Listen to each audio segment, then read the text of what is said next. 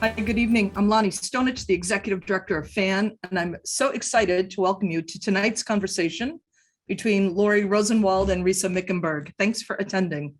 We're a nonprofit organization that presents a high-quality speaker series offered free to the public on a wide variety of topics, including human development, mental health, education, and social justice, among others. We have over 150 videos of past events archived on our website and our YouTube channel, so please be sure to explore. And now for formal introductions. We're thrilled to welcome Laurie Rosenwald, a New York City-based illustrator, artist, designer, and book creator whose work is a mix of collage, drawing, painting, and storytelling. In addition to her many editorial illustrations for a wide variety of publications, Laurie has created animation, product design, and leads an ongoing workshop, How to Make Mistakes on Purpose. She is the author of New York Notebook, All the Wrong People Have Self-Esteem, right there. And to name just a few, Red, Yellow, Green, Blue. Her latest book, How to Make Mistakes on Purpose, was just released in November. I think in November. There we go. Yes, correctly. Risa Mickenberg, whose bio, condensing Risa's history is a little tough. She's done a ton of things, but here I'll give it a shot. Risa Mickenberg is a writer, director, performer, creative director, provocateur, and entrepreneur. A lot of EUR words. She is the author of the best-selling book, Taxi Driver Wisdom, and her fiction has been published in Vice, The Baffler, and The American Bystander, to name a few. She wrote the feature film Egg, if you're in the Midwest, Egg, and she is in pre-production on 2 feature films, Consumed and The Knot, N-O-T, no K. Risa is the co-founder of the clothing brand, now she'll pronounce it for me better later, we'll call it The Judy. The CEO of the antisocial telecommunications company, Hermet Wireless, which I just simply adore. It's a wooden cell phone. Go ahead and try to text with that. And the singer and lyricist for the cabaret octets, Glass Bikini, and Jesus H. Christ and the Four Hornsmen of the Apocalypse. She's a member of the film faculty at Vermont College of Fine Arts. With Laurie Rosenwald, she co-wrote the conceptual short story, Amazon Prime Suspect, A Crime of Passion. They're looking at each other like, no, we didn't. A Crime of Passion, I'm joking, told entirely in a purchase history comprised of products actually available on Amazon. And now, no further ado, let's welcome Laurie Rosenwald and Risa Mickenberg. And unmute. Hello. Hello. Thank you so much for that incredible introduction. And we're so excited to be here. Do we still have time to do this thing? That was a hell of an intro. That was all we really had time for. Did you really do all those things? I did. Wowzers. I did. And you know, and that story that we did about the purchase history on Amazon. Yeah. For a long time, Laurie was getting very crazy suggestions. Yes. For ways to in the shopping history. That's true. I remember because it tells the story of a murder.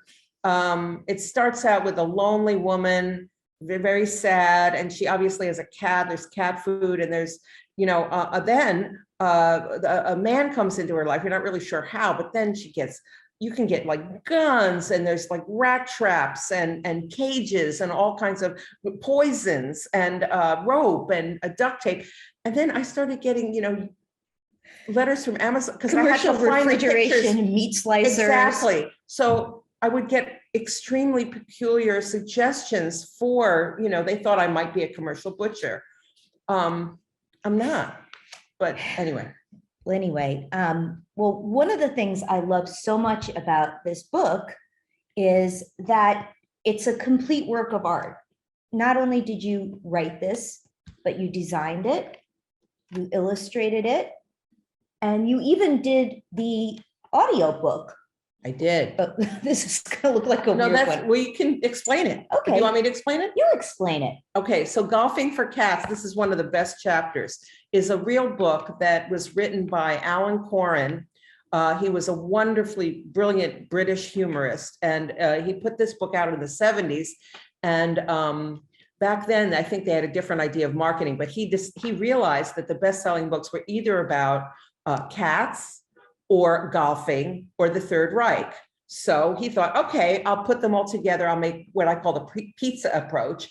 and put a big swastika on the cover with golfing for cats to try to sell, million. But I think it's a very funny way to skewer the baddies. And I think you should be able to laugh at pretty much everything. So anyway, that's why that is in there.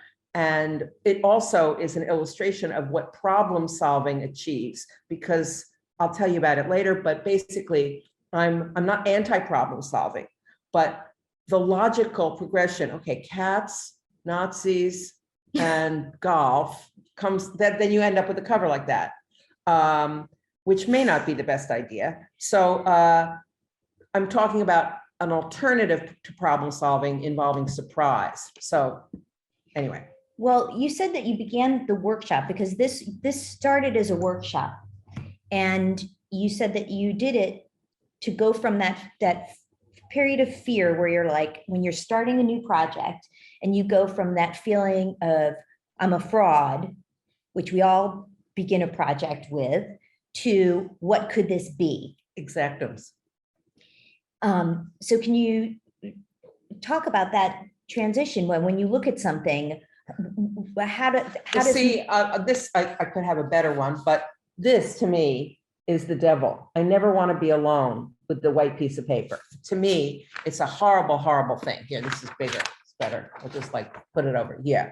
So I don't want that. I don't want to be in the same room with that thing. I just need anything like a blob, any something.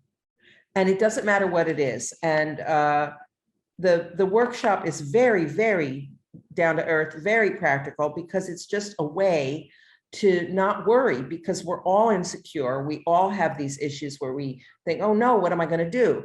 But if you have a something, you can say, oh, what could this be? Could this be a letter form? Could this be a hairdo? Could this be a dessert?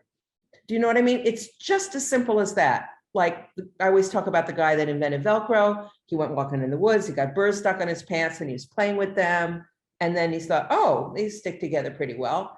And he invented Velcro. But what he didn't do was sit in a perfect laboratory and say, what we need is a new way to stick stuff together. No, something happened. So I create a situation in the workshop that natural accidents and chaos can happen in a good and fun way. And then you can say, oh, what's that? What could that be? So you never have to say, oh no, what am I going to do? And the goal of that is original thinking, right? It seems like there are all these, you also call this a guide to getting lost. And I feel like it's also in a way a manifesto against perfection. It is exactly that, because I'm not against problem solving. We have to problem solve. But one of the things that we forget, because we're so surrounded by it, I call it a cybersauce, that we're all sort of simmering in the cybersauce 24/7 for many years now, or 3 generations have been working with digital media. So for instance, I have a story in the book, which is one of my favorite chapters, called The Vegetarian Burrito That I Will Never Forget. And I was teaching in Reykjavik in Iceland for many years. I would teach just once, the workshop I would teach once a year for the new students, just over 4 days. Anyway, I went with my students. We were very friendly, and we went for a meal at this Mexican restaurant. I'm not a vegetarian. Well, I am a vegetarian, but I eat meat. But anyway, I ordered this burrito, a vegetarian burrito. And when it arrived, it was like a sad flour tortilla. And I opened it up, and inside, and I'm not exaggerating, there was a block of ice, a block of frozen French fries, completely unthawed. And we couldn't stop laughing. It was the best, funniest moment. And, me and my 8 students were just like in hysterics. Now, it's not like I would want that for a meal, but you don't get a story. If you Google the best Mexican restaurants in Reykjavik, you never would have had that story. If you go to TripAdvisor and Yelp and do everything right, what story do you have to tell? So I'm not suggesting that you mess up everything in your life on purpose. What I am saying is that once in a while, you can let go of going from the logical problem solving, going to the right places, doing the right things, and instead just wander around and walk in somewhere. What about that? So yeah, it's not just about design or any of that. It's about a way of living your life that you have to bring back the chaos. Well, when you talk about design, one of the things that I love about your apartment, the way you dress, the way you eat, the way you plan a dinner party, it all has this element of what can I make of this? Like what do you, how do you throw together like with your clothing, how do you shop? Oh, well, I've always known, I mean, I have a picture in the book of me, in stripes from the age of like 6 months to, I'm 66 now. So basically I've always loved stripes. I know what I like. I like the color blue. So I made the floor of my apartment is bright blue. I like blue, so I couldn't find a pair of blue boots. So I spray painted some black boots blue with Krylon, spray paint. I feel like we're all designers, and that's what spray paint and eyeliner and duct tape are and eBay is for. Like when I shop on eBay, I could write, big checks, blue and white. I happen to like red, white, and blue. I'm not patriotic, but I love red, white, and blue. And so I just typed in red, white, blue, wide stripe. I've basically never changed. I've always liked the same kind of things. And I suspect that there are a lot of people out there who deep down, there are certain things that they really like that have nothing to do with what's in fashion. And I want them, I encourage people to just give into it. If you want to wear some weird thing or you like some strange kind of food, or you want to sleep on the fire escape, who does it really hurt? You really just gotta give into whatever eccentric likes you have, and you don't have to explain them. I mean, when I first did the blue floor, I had a big loft. It was 2,000 square feet of blue, bright cobalt blue on the floor. And everybody said, oh, you're going to get so bored with that. But not only did I never get bored, I would have been bored if I'd had a neutral color, like a gray. It's just, I like it. And that's a good reason. So that's how I shop. I also think that this philosophy you have, like a lot of what you're doing makes being in the moment a very important thing, because you're improvising. When you're letting things happen in a way, when you're not trying to control the process and make everything perfect, and you're allowing the element of chance and the element of collaboration, and you're allowing things to happen that aren't unexpected. Like when I think of this great thing that you said is that when you surprise yourself, you surprise other people. And that is such a rare thing, to allow yourself to be surprised. Exactly. Like the burrito, or like, when Alexander Fleming discovered penicillin, it was dirty dishes. I mean, not that we want to go into details, but No, I love this story of him. What a weird guy he was.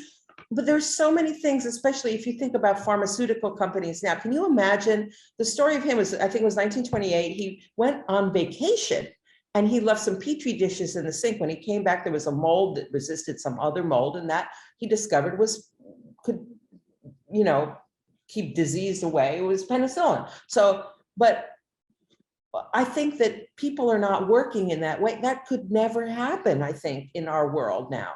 You can't spill a bottle of ink. You're not using ink. And we have such a clean, well-ordered world. We're so good at our jobs. And that's wonderful, maybe when you're 20 or maybe 30.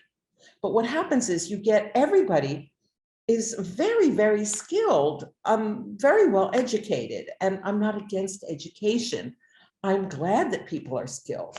However, what happens is you get you want a certain result and you know how to get it, whether you're working in pharmaceuticals or you're a writer or you're a singer or you're a weaver or you're a football player or whatever it is, that you do things. Oh, we have a guest, but just a minute. Anyway, but you do things, you repeat things, you get a good answer, a good result.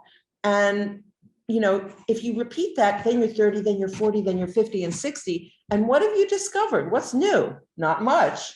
So that's the problem with doing things right every time, over and over and over, to get a measured result. So not that you should never do that, but that you have to allow maybe one day here and there, take a workshop. That's why I do it, because you have to force the situation. You have to be in a place where accidents can happen, happy accidents can happen. I want them to happen more because I think our world is too perfect in a lot of ways, believe it or not. Well, what about also, I think it's very scary when people are trying to decide what they want to do with their lives, where they want to go to school, what they want to study, and they have this very narrow focus, especially at a young age. What do you think is an ideal education? I have no idea. All I can tell you is that there's a funny thing, I think it's funny anyway, in the book. I want to find it. It's about how, like when I was at RISD, Rhode Island School of Design, in the 70s, I went into graphic design because I liked typography and anyway, but then I realized that they were very strict and you could only use like one typeface, and I missed drawing and it wasn't fun. And so I went into graphic design, then I missed drawing, then I wanted to go back in illustration. The whole thing was a mess. Like what department you choose was so important. And so they said, oh, you have to take another year because you've missed something. I'm looking for this one page, which of course I can't find, but it's about how there's no point in being so picky about what department you're in or what you study in a certain way, because those things are not going to exist in a few years. By the time you graduate, I mean, when I was in school, they didn't have, now what web design sounds like butter churning. They have things like pattern making for dog garments is one. These are all real courses I found. I wish I could find this page. Anyway, it doesn't matter. And then another one was Queer France, the gender and sexuality of, French culture. I mean, they didn't have stuff like that when I was in school. So why be so focused on one thing when 2 years later, you're going to need another thing and nobody remembers that. Well, you listed also all these artists and musicians who studied other things. Oh yeah, all the best musicians went to art school. I mean, almost without. Oh wait, what's that? Hello? What? Oh, it's for you here. Thank you. I mean, the great thing. I think it's very rude. It's right in the middle of our talk. I'm sorry. Well, this is the thing. What is that thing? Constant distraction. What is that thing? Come on. Well, it's a way to. It's a block of wood. It's a block of wood, but it's a way to connect to the universe. It's a way to get more meaningfully connected to the universe when you are not disconnected by. I believe that we are really all content creators for Instagram now. Mm-hmm. That's our number one job, isn't it? Instead of them making the content, that's what we're doing. So I think that the idea of, making your own shoes, changing your own shoes, deciding what is a handbag, customizing your glasses and inventing wooden phones is a much better use of your time than creating content for companies like Instagram. Right. That said, I do a lot of it. I know you love it and you're great at it. Do you trust the universe enough to leave your bicycle unlocked? Yes. I have a chapter called amortizing, or I think it's called that, or amortize this. And what it is a I don't know if I'd call it a philosophy exactly, but it's something that I've been doing my whole life, where I calculate the risk of doing something like, I have a crappy bicycle, I lean it up against the store, I go in and buy a quart of milk and some orange juice, and I run out. And literally in 2 minutes, I sort of base my shopping around my bicycle. You know, a lot of places, they'll let you go in with the bicycle. Those are my favorite stores. And they have a ramp, you know, inside at our local Brooklyn. It's not in Brooklyn, it's in Manhattan, but it's called Brooklyn Fair, of course. And they have a ramp, so I can bring the bicycle right in, run in. I mean, I've even used my bicycle, gone in certain markets, used the basket as the shopping basket and just gone around the store. Amazing. So those are my favorites. But the point is, I like to do, I'm quick and sometimes I get my bike stolen. And that's happened maybe 3 or 4 times in my entire life. They've all been very bad bikes. Of course, if I spend more than, if I know I'm going to be 10 minutes or 20 or an hour, like any sane person, I lock the bike. I have a good lock and a bad bike. And, but then think of all those hundreds of times that I've been what most people would call careless. It's just a very freeing, carefree kind of existence. And I do the same thing with, you know, wallets and phones and all that stuff. And I've had wallets and phones stolen, but never that way. I would like save a table with my handbag and go off and do something else. It's never been an issue. Like, so you're trusting the universe, you're trusting that mostly good things happen. Mostly, but not always. But it's worth it if I amortize all those hundreds of times where I've had a carefree day. It's worth it, I think. Right. Why do artists get cranky when people want them to repeat what they've done before?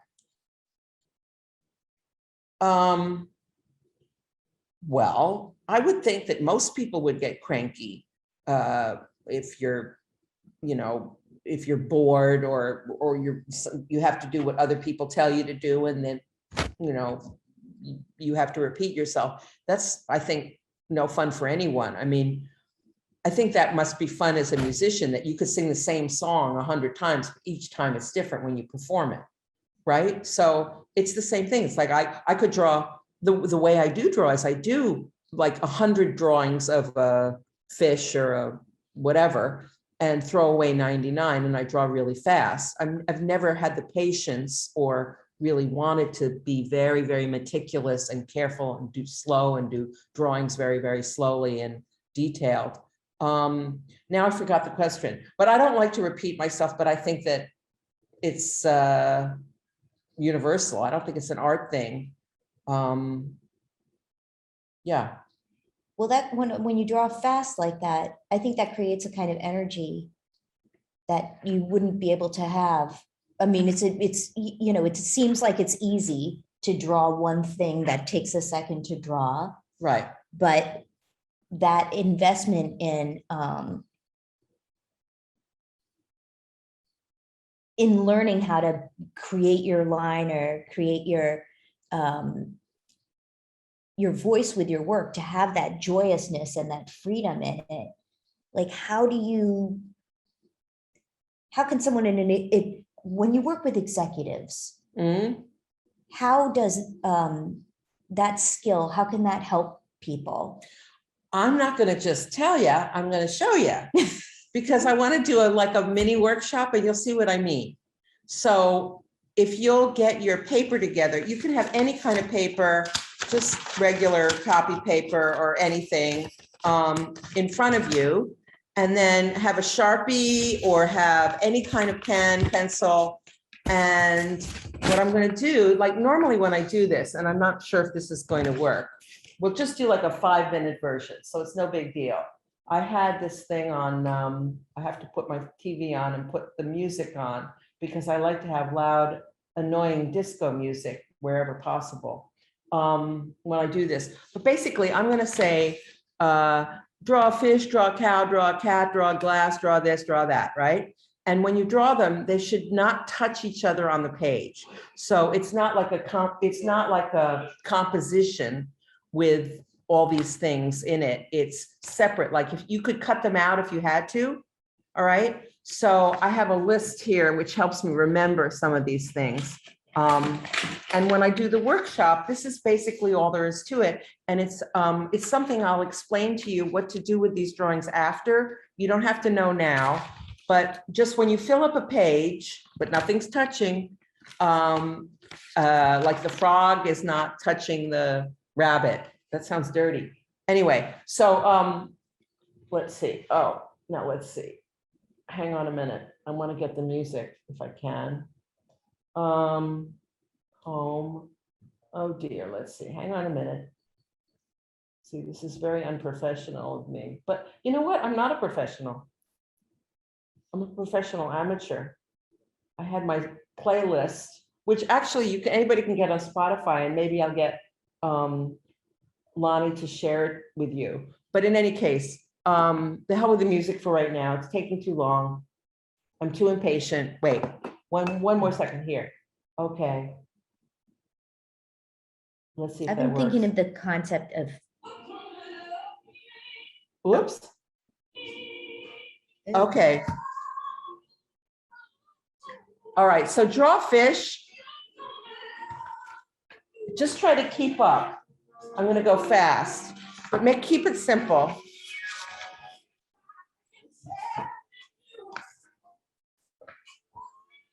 Oh, this is too slow. keep this drawing one. the fish. Keep drawing. Draw cow. Draw cow. There we go.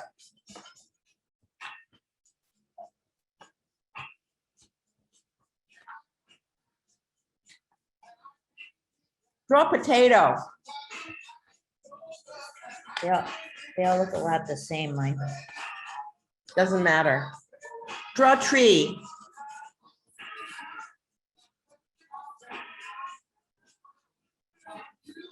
Draw pretty flower.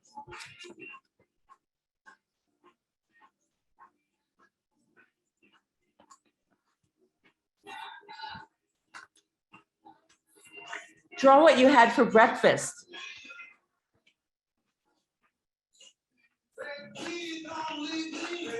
Just get another paper when you fill one up.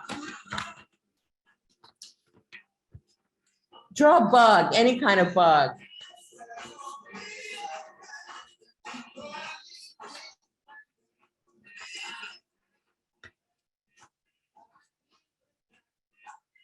Draw some different faces, like people's faces.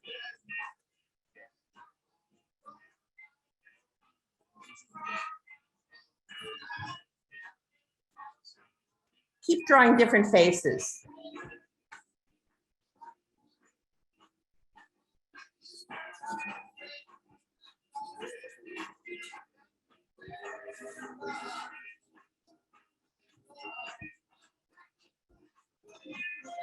Draw some kitchen stuff, like stuff you'd find in a kitchen, like I don't know, an egg beater and a bowl and what else is in a kitchen?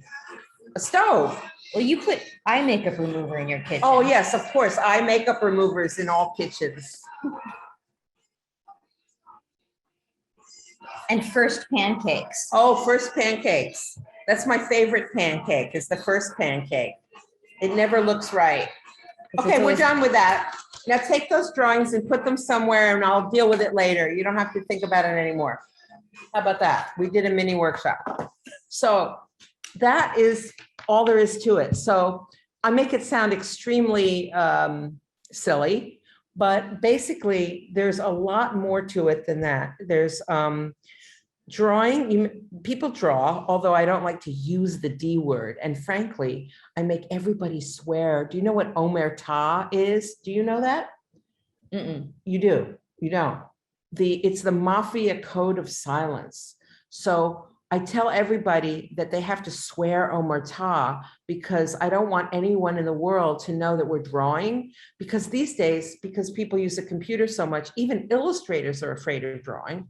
And of course, normal people, you know, that are maybe a nurse or a chef or a photographer or a construction worker or a football player or a whatever. What's another job? An electrician or a banker? They're never drawing mostly. And so they don't like the idea, and they think, oh, it's going to be about drawing good, but it's not. And I can prove it. It's not about drawing good. It's about drawing. Wait, here. It's about drawing quick and sloppy. And then what you do is you take a picture of those things that you drew, not now, but take your phone or a digital camera, but a phone is good enough, and just take a very basic picture of each page.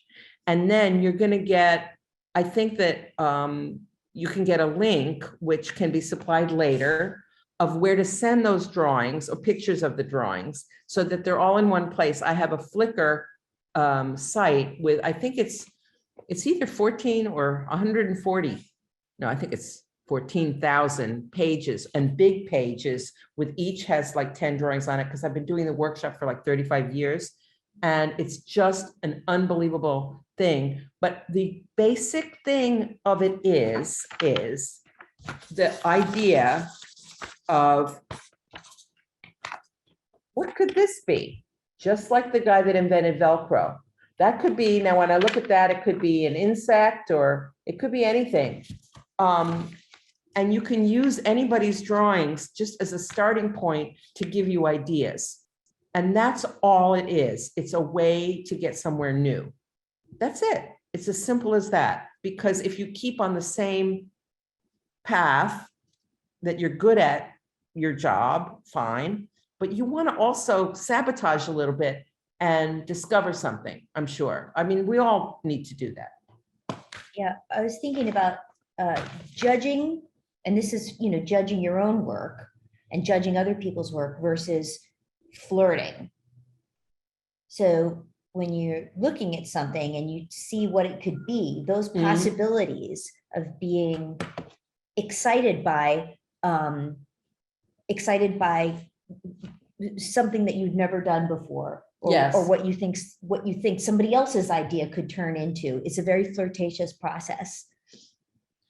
I've never had anybody describe it that way, but I'm glad. I like that idea of flirting. Yeah, because when you're trying to solve a problem, get from A to B to C, it's like a commitment. It's work. What I like in the word flirt, or you could say also play, that like for instance, my memory of childhood has to do with that, everybody, when they're 2 or 3 or 4, they're drawing, you get some crayons and you're drawing, you're scribbling, it doesn't matter. It's fun, right? You're making your mark. It's just fun. And then when you're 6 or 7, somebody says, Laurie, that doesn't look like a dinosaur. Game over. Because all of a sudden, drawing, the act of drawing, instead of just being a fun thing that you just did, had a goal and had a thing you could fail at, that you could get it wrong. And then a lot of people stop drawing. And then there's certain people that keep drawing anyway, like me. I mean, but it doesn't matter, because even though I've been drawing almost every day for my whole life, every time I'm faced with this, I think, oh no, I don't know what to do. I'm no good. It's just the way humans are. So Yeah, to have I that, want to avoid that feeling. yeah, and to have it not be judgment, but your idea of what could it be. You've made something, Right. and now what could it be? Exactly. So that's like such an exciting, different perspective. Could be penicillin. It could be the slinky. Yeah. It could be silly putty. All It- those things are invented by accident. In the book, when you're talking about the guy who invented penicillin, you said that he also drew paintings of mold. They're really disgusting. I feel, yeah, Alexander and Fleming and I have a lot in common. He did really horrible watercolors, which is not my favorite meat. I've done some really, really dreadful watercolors too. And he thought of himself as an artist, as a great artist. I like to think of myself as a great artist. We were problems. And believe me, he did these drawings in penicillin, these paintings in penicillin that are so repulsive that one of them looks like chicken drumsticks in a boxing ring. I'm not really sure what he was going for, but they're made with bacteria. It's really repulsive. And, But that's great. but it's Look what he funny. made I with think his it's funny. mold. So I put those pictures in the book somewhere. Uh, uh, some people think that New York is dead. What do you think? Oh my God, no way. I think we're going through a sad time, but the whole planet is really sad, really bad time. And, it's possible we're all going extinct.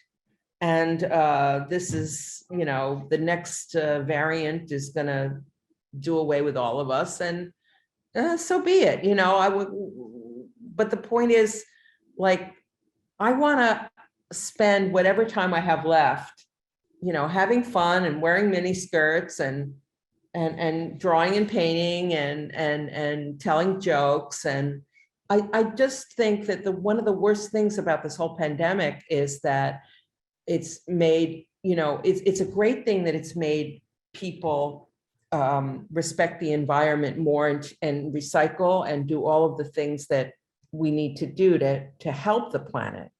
But I'm a terrible cynic, it makes me so sad that a lot of young people and a lot of people in general are so hopeless and sad. And, it's so painful to think about what's happening to nature, and. But I have seen a lot of expressions of creativity and hope throughout the city. And there've been a lot of exciting solutions. And it's, you began this book during the pandemic. Yeah. And it's full of hope and excitement and happiness. And were you able to manage that? Well, I'm not sure if it's the trileptal or the Wellbutrin, but no, I'm a depressive really, but my work has always been sort of cheerful. I mean, I like bright colors and I like, simple shapes, and I like to make jokes. And I think that that just is what comes naturally to this is the thing. This is a Napoleon hat. It's hard to see.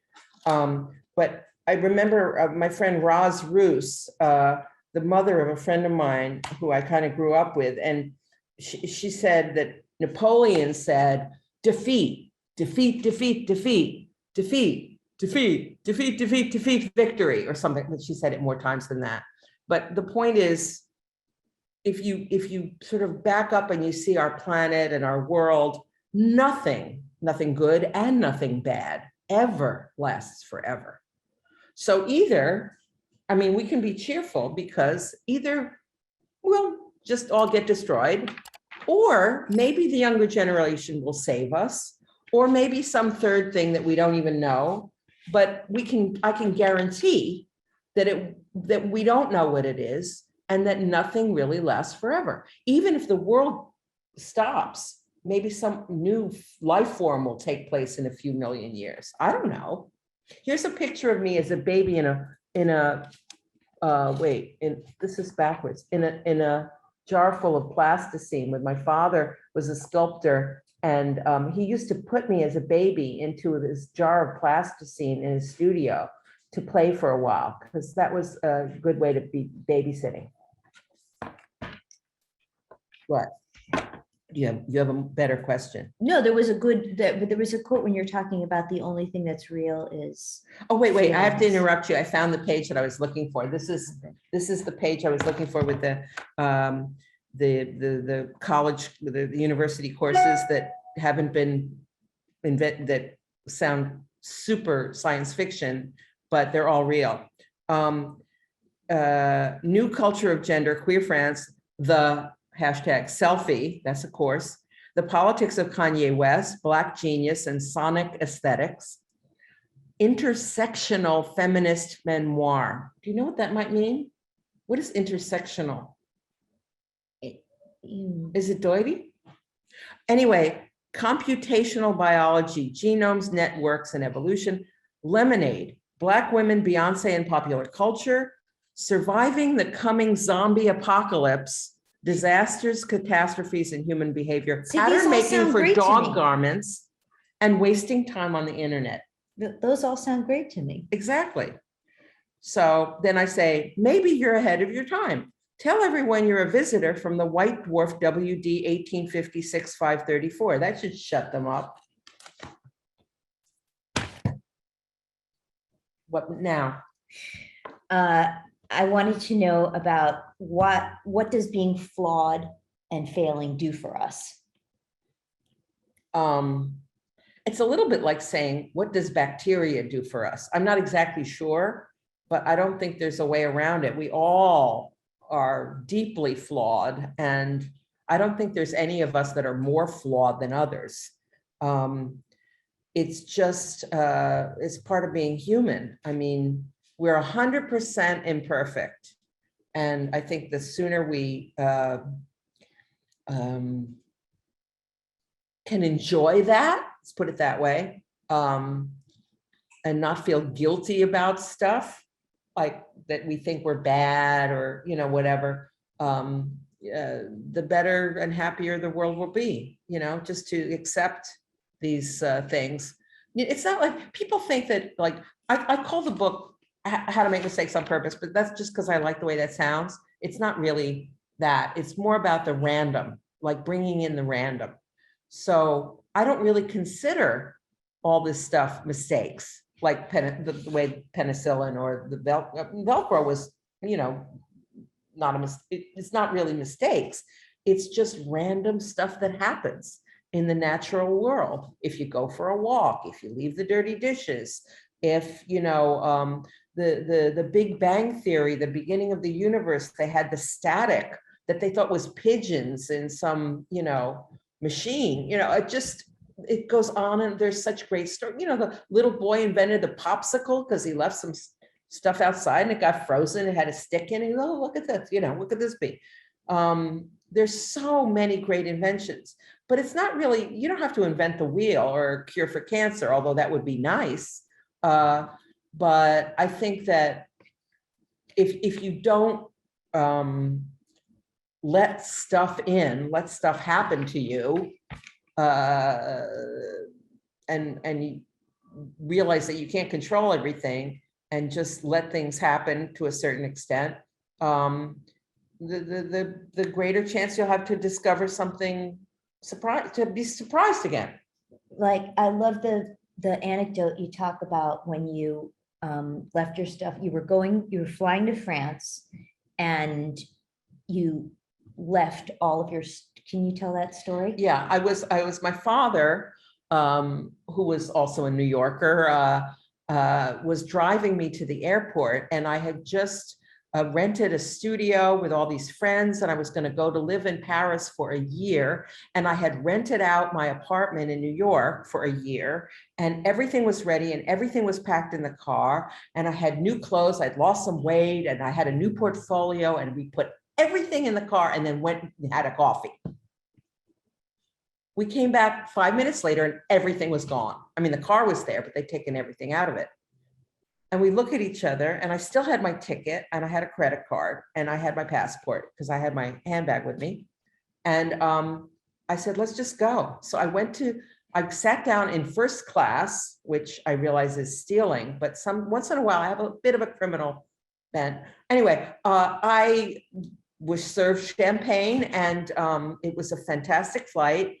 And I had nothing with me, exactly nothing. I mean, except for the credit card and the passport. Then I got there, I felt like I wasn't me anymore. I felt like another person. And I remember going to these funny thrift stores, and I got these leopard skin slippers, and I wore them that whole summer. And then I fell in love with this guy that I never normally would have. And all these things happened because I just felt like I had a kind of a license to not be me somehow. And I don't think that would have happened. And I'm not suggesting that you get robbed on purpose. On the other hand, bad things give you stories to tell, and they can I mean, like the whole pandemic thing, it is so horrible. But one thing that we know, it changes things. I mean, things will not be the same. They just won't. And that's, yeah, Yeah. that's what happens. And leaving it all behind you and being able to not have that same pattern of this is the kind of thing I wear. I love the idea of going to a new country and just dressing entirely different. Yeah, Like that feeling of, when you used to start high school and you were like, this year I'm going to be a whole different person. exactly. And I think that we get into ruts with the way we think and who we think we are and what we think we're capable of doing. Yeah. And that thing of using a muscle, trying a thing that you've never done and taking drawing as which it's actually in your hand, being able to change it, changing our signature. Yeah, I mean, I think that it's important to remember that the workshop and the idea of not just the workshop, like it's nice. I would love it if everybody on earth did the workshop either on Zoom or I go around and I give live workshops again, which is really fun. But what I want to do is really help, and maybe the book will actually just in some way get people to how can I put this? I really want to encourage like a different way of looking at things. Like for instance, like when I did the workshop for this Studio 360, Kurt Anderson had this really great radio show through Studio, and he wanted Studio 360 on public radio, and he wanted me to do this for his group, for his team. And this is a long time ago. But then I talked to the producer of the show, like right before I was going to do it. And he calls me up and he says, well, what if you're not a design kind of person, or what does this do for just regular people or but in any job? And I said, well, let's say you're a radio producer. And he said, oh, I'm listening. Okay. Because he's a radio producer. And I said, you could ask me, what part of your job is to ask me stuff? Like you're asking me stuff now. So I said, well, you could pick up something instead of, you have a list of questions like you have, right? But for one of the questions, you could pick up something, you could pick up a book, like this fabulous book. Oh, like any old book on your desk, and you read the first two, words on the top left page. So in this one, it was the bells are ringing, which I could make up a question, but in that particular instance, I picked up a novel and the first two words were gold bullion, like bars of gold. So I said, okay, I'll let that be the question. I'll say, Laurie, do you rake in the big bucks with these, workshops you've been doing with the corporate offsites? And are you doing these for billionaires and their, Scions? What is that word what is that when they go to junkets, or what is that other word? Anyway, when they go on some fancy hotel or whatever, or is this something you do for art schools? So that might not be a great question, but it's probably a question that he wouldn't have asked me, right? So that is valuable. That is, bringing in the random. So that's the whole point of it, really. And also, I think, you make a great point about having the perfect materials and the perfect situation does not always make for the best work. And perfect may not even be the best work. Like I love the story about the Bosendorfer, about the piano. Can you? Yeah, I'm not sure whether it's Bosendorfer or Bose. I don't speak German, but this fancy piano was ordered for Keith Jarrett, who's a jazz pianist, right? This is in the 70s, but they got the wrong Bosendorfer piano, and it was totally broken down and untuned. He had a neck brace. He had been traveling all night. He ended up playing at midnight on a broken piano. It was a really young concert promoter. She didn't know what she was doing, and the whole thing was a mess. And it turned out to be the greatest jazz piano, greatest selling jazz piano record. The concert at Cologne is the name of it. The best-selling jazz piano record of all time. And I think it still is, because for whatever reason, he had, you have to have some chops. You can't just go into any, this is not something I could do or Risa could do. She's a musician, but not a pianist. But what I mean is that you take something, what's there, or it can be like cooking, you come home, the normal person, I think, it's not like you get like every perfect ingredient, you go to the farmer's market, you get everything like perfectly chopped and you have them in little glass bowls and it looks just like the recipe. Yeah, you might do that once in a while. But I think with normal people, you come home from work, you're exhausted and you open what have you got here? So you have some leftover Parmesan and you have some pasta and you have some this and you have some that. And you try to make a good meal out of it. And it might not be the greatest thing in the world, but that is where individuality comes out. And that is where, it's your dinner, it's, and I think that's the way that people make those connections, with what's there. They deal with what he dealt with the piano, you deal with what's there already. And it's like the Working Girl thing, the movie Working Girl, with Melanie Griffith from the 80s with the big hair and everything. That's what that was about. She came up with this great business idea because she was reading a gossip column where she saw like the head of the company's daughter giving a party and something about, I think it was really Howard Stern, like a radio. So she was thinking, Trask, that's the name of the guy, Trask radio. And she put them together and she comes up with this business idea. And you're very secretive about what you put together for breakfast. I know. Oh yeah. I like dinner for breakfast. Yeah. But what I'm trying, the point of it is that, everybody makes these connections all the time, puts together things that are disparate, that are totally unconnected, and come up with original things. But they don't appreciate it about themselves. I think that they ought to be following recipes. They think that they ought to go to business school, and maybe they should, I don't know. But also there's a way of thinking up things and discovering things that does not follow any logical thing. It's just, what have you got here? What could this be? What could this be for dinner? What could this be for a business? I think a Mistakes on Purpose cooking show and a Mistakes on Purpose, it applies to so many different aspects of things. I think cooking is a really fantastic example of it, as is fashion, as is home design. Mm-hmm. Instead of, what do you use your rooms for? What do you use furniture for? Exactly. And like, this is paint that normally goes on maybe a boat or something. Yeah. And to repurpose it and decide, there's like. Did we go over the time? You're not, but we only have about 5 minutes left. So that's why I'm reappearing like Linda the Good Witch. I just reappeared. Okay. I'm gonna do the bad one. No, but please go ahead. And I was trying to wait for a pause, but honestly, I think I might wait for a minute for a pause because the two of you have such a great friendship and great relationship. It's been just a delight listening to the two of you go back and forth. Want to get so a couple things, folks. Come to After Hours. After Hours is a whole bunch of fun. Cameras are on. You can ask your own questions. Obviously, there'll be no shortage of fabulous conversation. How do you get to After Hours? Well, you get a copy of Laurie's book. I love Laurie's book. It's right here. There's so many great things about Laurie's book. Get Laurie's book. Great Hanukkah gift, great Christmas gift, everyone. It's gifting season.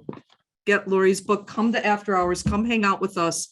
It's going to be a blast. So number one. Number two, thank you, Risa. Great interview with your friend. I know sometimes it's almost harder to interview someone that you know well, because it's sort of like, well, let me pretend like I kind of don't know you.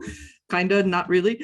So thank you for that. I'm going to ask you, have two questions here. Sarah wants to know, what advice would you have for a teenager or other young person who naturally craves more opportunities to make all of these beautiful mistakes on purpose, but finds resistance to this in a school setting? Oh boy. Is that one for me or for Risa? For you. Well, probably for you, Laurie, I think. Let's go. Well, I think you should drop out of school. No, I'm just kidding. Teenager. Yes. Oh, sorry. I really didn't mean that. I know. But you know what I really think? I think personality has everything to do with it. I always sought out, it could just be one person that's teaching the wrong subject, that whatever, find the great teachers. It doesn't matter what they teach. That's what I've always felt like, that you click with, that you can learn from, or just people that you can learn from that you find interesting. You've got to find those people that for whatever reason, that make you laugh, that you learn something new, and don't be so focused on a career path or let's say you're really good at math, but the math teacher is no fun and the English teacher is fun. You hang out with the English teacher or those students, or just I think that whatever amuses you and draws you in, like let yourself follow it and kind of maybe ignore the rest a bit. That's what I for me, it was all about friendships and personalities. That's what school was always about to me. I think that's great advice. Cheryl is asking, what's a favorite gift you've ever received or given? Wow, that's a good question and a very timely one. I could tell you the worst gift was a shower cap. My Aunt Judy was a very wealthy skinflint, and she gave my father once a belt buckle, and the story about that, just a buckle, it was like an ordinary belt, it wasn't silver or anything fancy, just a belt buckle, and we called it the belt buckle debacle. That's good. Anyway, the best present I've ever received. Wow, that's a toughie.